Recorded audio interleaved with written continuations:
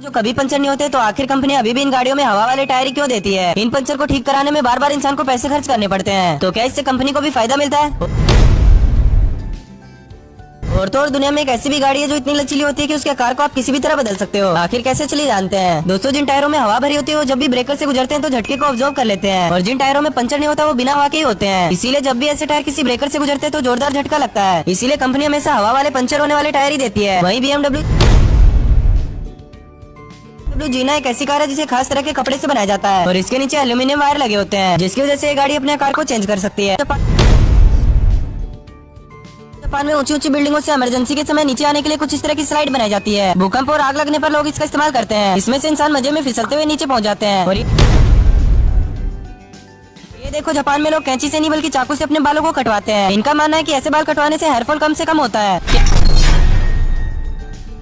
क्या आप जानते हैं ये है दुनिया का सबसे तेज घूमता हुआ ब्लेड, जो इतना तेज घूमता है कि कैमरा भी इसकी घूमने की स्पीड को वीडियो में रिकॉर्ड नहीं कर पाता है। इसीलिए देखने पर ऐसा लगता है कि ये ब्लेड घूम ही नहीं रहा है, लेकिन जब इसमें किसी वेजिटेबल को डाला जाता है तो ये उसे कुछ ही सेकंडों में काट देता है। और इसका ब्लेड रुका हुआ इसलिए दिखता है क्योंकि कैमरे की शटर स्पीड और ब्लेड की घूमने की स्पीड बराबर हो जाती है। और ये देखिए दोस्तों, जब नदी या किसी झील में काई जम जाती है तो वो पूरे पानी पर फैल जाती है। ऐसे में जेसीबी मशीन एक बार में सारी काई को इकट्ठा करके बाहर निकाल देती है। और खेती के लिए खुदाई करने के लिए पहले ऐसी मशीनें होती थी, लेकिन अब कुछ ऐसी मशीनें भी आ गई हैं जो एक बार में कई फीट गहरी खुदाई कर सकती है। वहीं फसलों को काट कर इकट्ठा करने के लिए भी कुछ इस तरह के ट्रक इस्तेमाल में करते हैं, और साथ में इसको लपेट कर पैक भी कर देता है। आपने